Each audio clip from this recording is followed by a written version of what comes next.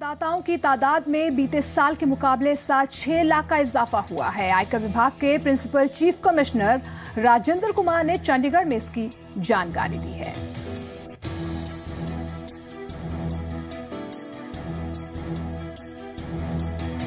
चाहे विदेशों से काला धन नहीं आया, लेकिन अब भारत सरकार ने भारत में जिनके पास काला धन है उनके घरों से काला धन निकालने के लिए एक विशेष स्कीम का ऐलान किया है।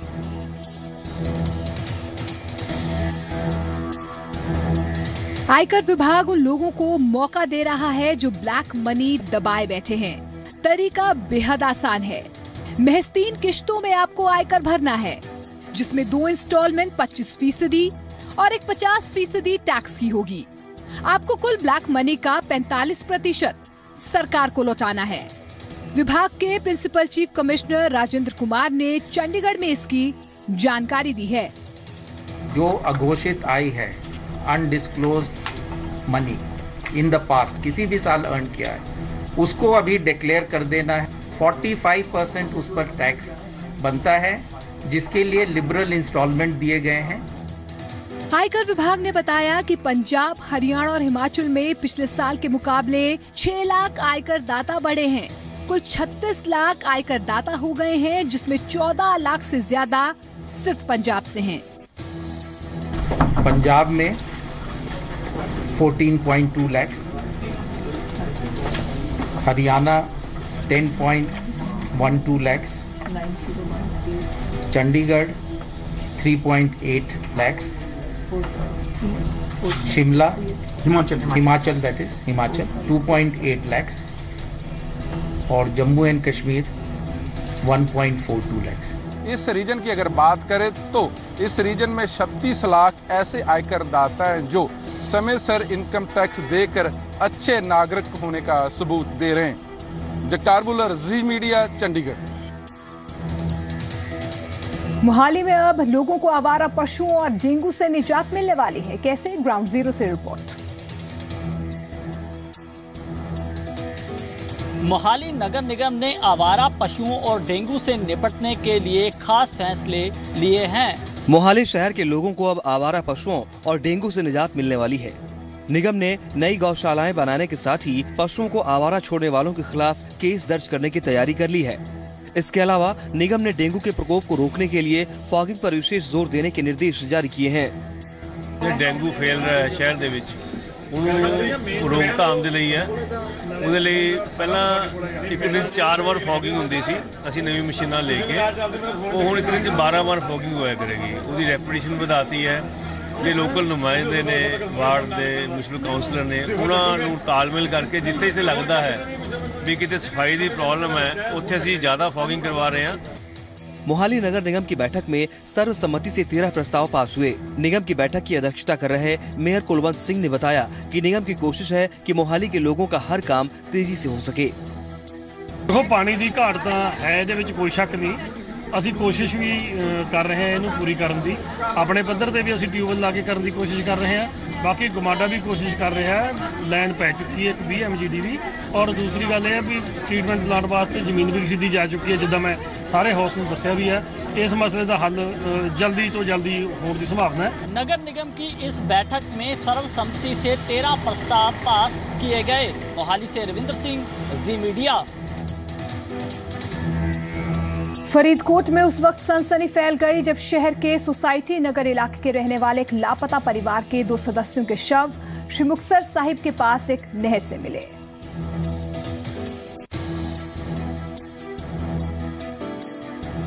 फरीदकोट के सोसाइटी नगर इलाके में ये लोग इसलिए इकट्ठा हैं क्योंकि इस इलाके में 3 दिन से गायब एक परिवार के 2 मेंबरों की लाश श्री मुक्तसर साहिब में नहर से मिली है। उनके घर में एक सुसाइड नोट भी बरामद हुआ है, जिसमें कुछ लोगों के नाम शामिल हैं। आसपास रहने वाले लोगों के मुताबिक इस परिवार का अपने पड़ोसी के साथ किसी बात को लेकर झगड़ा था और उसी को लेकर कई बार बहसबाजी भी हो चुकी है। इसलिए ये भी आरोप है कि उनकी सुनवाई कहीं और हो रही थी, इसलिए परिवार काफी परेशान था। ਇਹਨਾਂ ਦਾ ਕੋਈ ਚਿਰ ਤੋਂ ਝਗੜਾ ਚੱਲ ਰਿਹਾ ਸੀ ਜਗਤਾਰ ਸਿੰਘ ਦਾ, ਇਹਨਾਂ ਦੇ ਨਾਲ ਥਾਂ ਦਾ ਜਗਤਾਰ ਦੇ ਨਾਲ ਚੱਲਦਾ ਸੀ।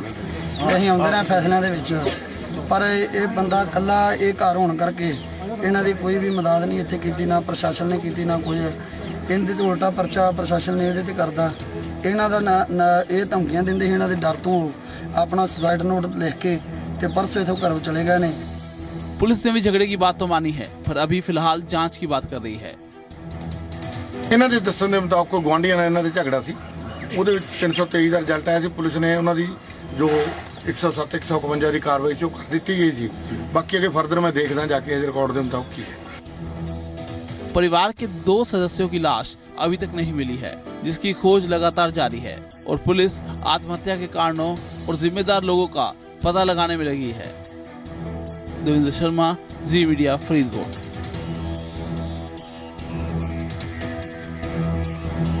पानीपत से एक चौंकाने वाला मामला सामने आया है। यहाँ पर एक बेटी ने अपनी ही मां पर आरोप लगाया है कि वो उसे देह व्यापार जैसे धंधे में धकेल रही थी। पानीपत में एक बेटी ने अपनी ही मां पर देह व्यापार के दलदल में फंसाने का आरोप लगाया है। मां को भगवान के बराबर दर्जा मिला हुआ है। कहते हैं मां अपने बच्चों के बारे में कभी बुरा नहीं सोच सकती, लेकिन पानीपत की एक बेटी के मामले में ये सभी बातें बेबुनियाद नजर आ रही हैं। बेटी का आरोप है कि उसकी मां ने चंद रुपयों के लिए उसे हवस के भेड़ियों के बीच में छोड़ रखा है, जो उसे कई महीनों से नोच रहे हैं। इस बीच पीड़ित ने एक बच्ची को भी जन्म दिया, लेकिन दरिंदे बाज नहीं आए। लड़की ने हिम्मत करके पुलिस में शिकायत की, जिसके करीब 5 महीने बाद कार्रवाई हुई। पुलिस ने आरोपी मां को हिरासत में ले लिया। उसके भी मैंने उसकी वो करवा रखी है, पुलिस कोई कार्रवाई नहीं करी। आज 4 महीने के बाद 5 महीने हो गए हैं और आज कार्रवाई आज पकड़ी गई है। मैं उसको अंदर देखना चाहूँगी। उसने मेरी लाइफ खराब कर दी, सारी जिंदगी खराब कर दी। डीएसपी देशराज ने कहा कि इस मामले में पहले आरोपी जग्गा को और अब पीड़ित की मां को गिरफ्तार कर लिया गया है और दूसरे आरोपियों की गिरफ्तारी के लिए जांच चल रही है। लड़की का आरोप है कि उसकी मां उससे पैसे लेकर गलत काम करवाती है। एक मां पर इस तरह के आरोप चौंकाने वाले हैं। वहीं पुलिस इस मामले में जांच कर रही है। राकेश बयाना के साथ संजीत खन्ना, जी मीडिया। हिमाचल प्रदेश में स्क्रब टाइफस की चपेट में आकर अब तक 20 लोग अपनी जान गंवा चुके हैं। सरकार ने प्रदेश में हेल्थ अलर्ट जारी कर दिया है। हिमाचल में स्क्रब टाइफस बीमारी के बढ़ते प्रकोप को देखते हुए सरकार ने राज्य में अलर्ट जारी किया है। हिमाचल प्रदेश च स्क्रब टाइफस का कहर रुकण का नाम नहीं ले रहा। सूबे विच हुण तक इस बीमारी की लपेट विच आके 20 लोग अपनी जान गंवा चुके हैं और 702 लोगों में इसके लक्षण पाए गए हैं। जबकि पिछले 48 घंटिया में स्क्रब टाइफस न होए 3 लोगों की मौत ने सेहत महकमे में हफड़ा दफड़ी पैदा कर दी है, जिस तो बाद सरकार ने सूबे में हेल्थ अलर्ट जारी किया है। ये दुर्भाग्यपूर्ण है कि स्क्रब टाइफस से पूरे हिमाचल प्रदेश में अब तक लगभग 20 मौतें हो चुकी है। 1 जनवरी से अब तक हिमाचल प्रदेश में 5430 खून के सैंपल जो है हमने अपने अस्पतालों में टेस्ट करवाए हैं। उसमें 702 केसेस जो है वो पॉजिटिव जो है स्क्रब टाइफस के पाए गए। स्क्रब टाइफस के पिस्सू हरे भरे इलाकों या खेतों में ज्यादा पाए जाते हैं, जिसके डंग नाल इंसानों में बुखार, सिर दर्द और उल्टी के लक्षण शुरू हो जाते हैं। पिस्सू कीड़े इंसानों के पैरों में ज्यादा डंग मारते हैं। अजिहे विच सेहत महकमे ने अलर्ट जारी करते हुए लोगों को अपील की है कि वो खेतों या हरे भरे जंगली इलाकों में जान तो पैरों में चप्पल या बूट पा के जाएं। जागरूकता की कमी है और जागरूकता के लिए हमने जो है मैंने कहा कि पंचायत स्तर पे हमने पॉम्पलेट छापे हैं।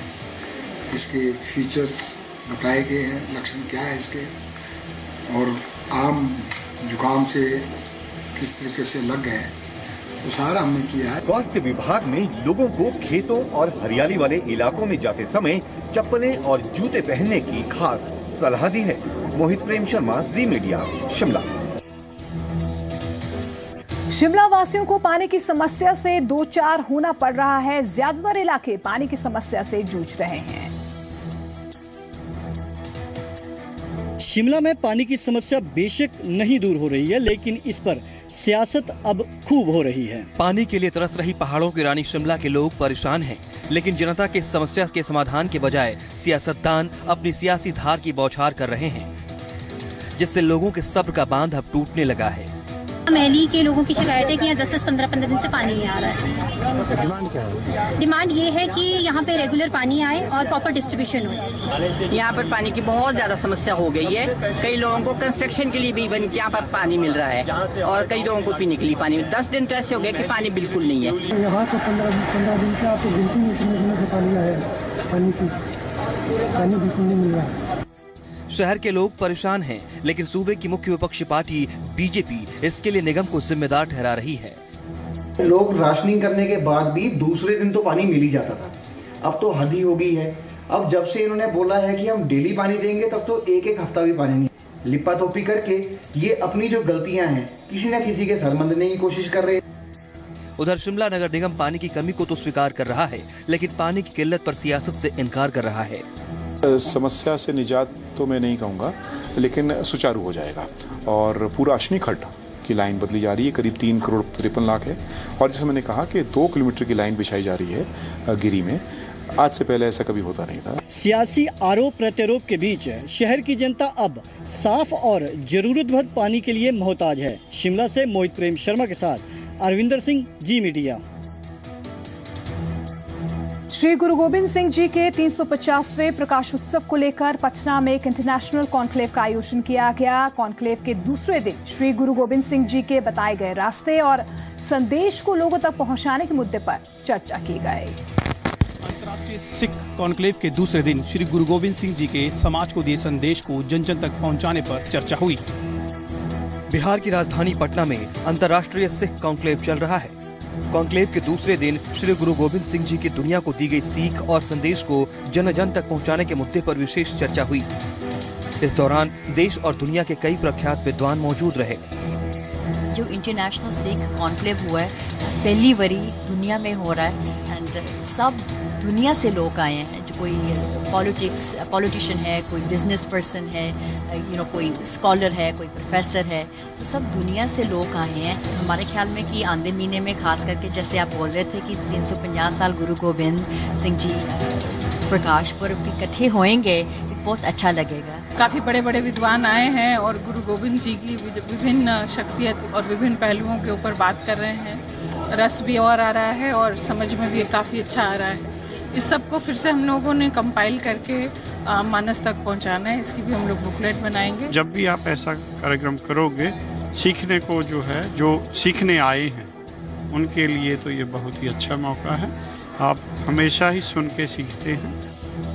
श्री गुरु गोविंद सिंह जी के 350वें प्रकाशोत्सव के लिए आयोजित इस कॉन्क्लेव में शिरकत करने पहुंचे अल्पसंख्यक आयोग के पूर्व अध्यक्ष त्रिलोचन सिंह ने कॉन्क्लेव को सिख बिरादरी के लिए अहम बताते हुए बिहार सरकार की पहल की भी सराहना की। भारत और फ्रांस के बीच राफेल लड़ाकू विमानों के समझौते पर दस्तखत हुए। देर आए दुरुस्त आए। वायुसेना को नए फाइटर एयरक्राफ्ट्स के लिए बहुत लंबा इंतजार करना पड़ा, लेकिन आज से ठीक 36 महीने बाद वायुसेना को नया पहला रफाल फाइटर एयरक्राफ्ट मिल जाएगा। रक्षा मंत्री मनोहर पर्रिकर और फ्रांस के रक्षा मंत्री जीन वेस ली ड्रियान ने रफाल सौदे पर दस्तखत किए। करीब 59,000 करोड़ रुपए के इस समझौते के तहत भारत 36 रफाल लड़ाकू विमान फ्रांस से खरीदेगा। अगले 3 साल में रफाल विमान की डिलीवरी शुरू होगी और 5.5 साल में सभी 36 विमान वायुसेना को मिल जाएंगे। एयरफोर्स की एक अहम जरूरत थी, वो मिलने का मार्ग खुला। ये 20 बरस में पहला एयर फाइटर के लिए पहला सौदा है। कांग्रेस की पिछली सरकार यही रफेल के 126 जहाज खरीद रही थी 90,000 करोड़ में। जब 126 जहाज 90,000 करोड़ में, तो फिर 36 जहाज 48,000 करोड़ में क्यों? रफाल लड़ाकू विमान आधुनिक मिसाइल और हथियार की प्रणाली से लैस हैं। इसकी रफ्तार 2500 किलोमीटर प्रति घंटे तक है। रफाल में हवा में भी ईंधन भरने की क्षमता है। रफाल लगातार 10 घंटे तक उड़ सकता है। रफाल डील पर समझौता सबसे पहले यूपीए सरकार के दौरान हुआ था, लेकिन उरी आतंकी हमले के बाद राज ठाकरे की पार्टी महाराष्ट्र नवनिर्माण सेना ने बॉलीवुड में काम करने वाले पाकिस्तान के कलाकारों को देश छोड़ने की धमकी दी है। उरी आतंकी हमले के बाद मनसे ने पाकिस्तान कलाकारों को निशाने पर लिया है। महाराष्ट्र नवनिर्माण सेना की चित्रपट सेना ने पाकिस्तान के कलाकारों को देश छोड़ने के लिए 48 घंटे का अल्टीमेटम दिया है। ऐसा नहीं करने पर उनकी पिटाई करने की धमकी दी है। साथ ही पाकिस्तान के कलाकारों वाली फिल्म ए दिल है मुश्किल और रईस की रिलीज रोकने की चेतावनी भी दी है। पाकिस्तानी कलाकार तो मार खाएंगे, इसके साथ में जो यहाँ पे प्रोड्यूसर्स है वो भी वो उनको भी पिटेंगे। शाहरुख खान की रईस और करण जौहर की ए दिल है मुश्किल, जिसमें पाकिस्तानी आर्टिस्ट ने काम किया है, वो हम रिलीज होने देंगे नहीं। अगर सरकार ने आने जाने पर रोक खत्म नहीं किया है, उस वक्त तक ऐसी हरकतें नहीं उठाना चाहिए, नहीं करना चाहिए। मैं इसकी निंदा करता हूँ। बॉलीवुड में इस समय फवाद खान, अली जफर और माहिरा खान जैसे पाकिस्तान के कलाकार सक्रिय हैं। गायकों में आतिफ असलम, राहत फतेह अली खान और गुलाम अली अक्सर भारत आते जाते रहते हैं। शिवसेना और MNS पहले भी पाकिस्तान के कलाकारों और खिलाड़ियों को धमकी दे चुकी है। फोर्ब्स ने भारत के 100 अमीर लोगों की लिस्ट जारी की है। लिस्ट में राज्यसभा सांसद और एसएल ग्रुप के चेयरमैन डॉक्टर सुभाष चंद्रा 18वें पायदान पर हैं।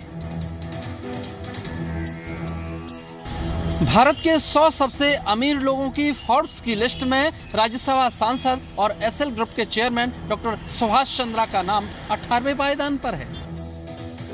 फोर्ब्स की लिस्ट में रिलायंस इंडस्ट्रीज के चेयरमैन मुकेश अंबानी टॉप पर हैं। उनकी कुल संपत्ति 22.7 अरब डॉलर बताई गई है। 16.9 अरब डॉलर के साथ दूसरे नंबर पर सन फार्मा के दिलीप सांघवी और 15.2 अरब डॉलर के साथ हिंदुजा बंधु तीसरे नंबर पर हैं। फोर्ब्स की लिस्ट में 5.6 अरब डॉलर यानी करीब 38,000 करोड़ रुपए की संपत्ति के साथ डॉक्टर सुभाष चंद्रा 18वें पायदान पर हैं। इसके अलावा योग गुरु रामदेव के सहयोगी और पतंजलि योगपीठ के आचार्य बालकृष्ण 2.5 अरब डॉलर के साथ 48वें नंबर पर हैं। मुकेश अंबानी लगातार 9 साल से फोर्ब्स की सबसे अमीर भारतीयों की लिस्ट में नंबर 1 पर कायम है। इस बार फोर्ब्स की अमीर भारतीयों की लिस्ट में 4 महिलाओं को भी जगह मिली है। फोर्ब्स की लिस्ट में मौजूद 100 भारतीयों की कुल संपत्ति 25.5 लाख करोड़ रुपए की है। साल 2015 के मुकाबले इस साल लिस्ट में मौजूद 100 भारतीयों की कुल संपत्ति में 10% की बढ़ोतरी हुई है। फोर्ब्स की लिस्ट में मौजूद 4 भारतीय महिलाओं के पास कुल संपत्ति 11.28 लाख डॉलर है। जम्मू कश्मीर के राजौरी में बड़ी संख्या में राज्य के नौजवान पैरामिलिट्री फोर्स की भर्ती के लिए पहुंचे। सुरक्षा बलों में भर्ती होने को लेकर कश्मीरी युवाओं का क्रेज घाटी के अमन को छीनने की कोशिश करने वालों के मुंह पर तमाचा है। 77 दिनों से कश्मीर बंद है। आतंकी बुरहान वानी की मौत के बाद से ही श्रीनगर समेत कश्मीर घाटी के कई इलाकों में तनाव है। ऐसे में ये 2 तस्वीरें अलगाववादियों और आतंकियों के मंसूबों पर पानी फेर रही हैं। पहली तस्वीर राजौरी की है, जहां कल बड़ी संख्या में जम्मू कश्मीर के युवक और युवतियां BSF, CRPF, CISF, SSB और असम राइफल्स के लिए हो रही भर्ती परीक्षा में पहुंचे। दूसरी तस्वीर पुलवामा की है, यानी स्पेशल पुलिस ऑफिसर की पोस्ट के लिए हुई भर्ती परीक्षा में, और वो भी तब जब अलगाववादी नेता सैयद अली शाह गिलानी ने भर्ती परीक्षा में शामिल न होने की धमकी दी थी। नौजवानों को जो बेरोजगार थे उनको कम से कम नौकरी मिलेगी, उनका घर सब कुछ अच्छा चलेगा। ये काफी फायदे वाली बात है। इस भर्ती से काफी लोगों का भला हो रहा है। अगर लड़कियां चाहें तो बहुत कुछ करती हैं। कहते हैं कि मंजिलें उनको मिलती हैं जिनके सीने में जान हो, हौसले अगर बुलंद हो तो पंखों से उड़ान होती है। बस इसमें तकरीबन 1000 के करीब टोटल वैकेंसीज हैं और जैसा आपने देखा है कि भर्ती के लिए राजौरी और पुंछ दोनों का ही बहुत ज्यादा जज्बा है। राजौरी में पैरामिलिट्री फोर्स के कुल 1000 जवानों की भर्ती होनी है। राजौरी और पुंछ से 13,500 परीक्षार्थी पहुंचे। इनमें 500 महिलाएं थी। 6000 परीक्षार्थियों ने लिखित परीक्षा के लिए क्वालिफाई किया है। पाकिस्तान के नापाक रवैये के बाद BCCI अध्यक्ष अनुराग ठाकुर ने भी दो टूक कर दिया है कि ऐसे हालात में भारत और पाक के बीच क्रिकेट नहीं हो सकता। बीजेपी सांसद अनुराग ठाकुर का दावा है कि मोदी के कुशल नेतृत्व के चलते देश पाकिस्तान को बेनकाब करने में कामयाब रहा है। कश्मीर में 18 सैनिकों को खोने के बाद से देश में गुस्सा है। पाकिस्तान के खिलाफ कड़े कदम उठाने की मांग उठ रही है। इस बीच बीजेपी सांसद अनुराग ठाकुर की माने तो पाकिस्तान का असली चेहरा दुनिया के सामने आ चुका है। इसकी वजह भारत की कूटनीति, विदेश नीति और प्रधानमंत्री मोदी जी का नेतृत्व है।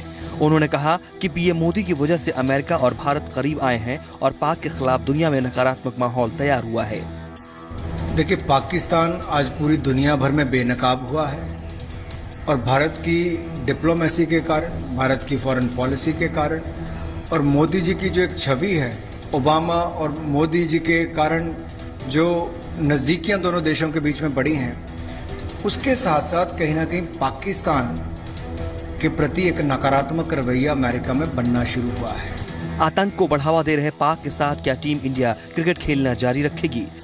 इस पर उन्होंने साफ कर दिया कि ऐसे हालातों में खेलने का सवाल ही नहीं उठता। राजस्थान के माउंट आबू में अजगर के साथ सेल्फी लेना एक युवक पर भारी पड़ गया।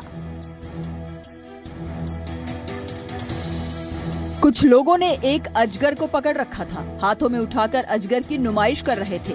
एक युवक अजगर के साथ सेल्फी लेने आ गया। अचानक अजगर ने युवक पर हमला कर दिया।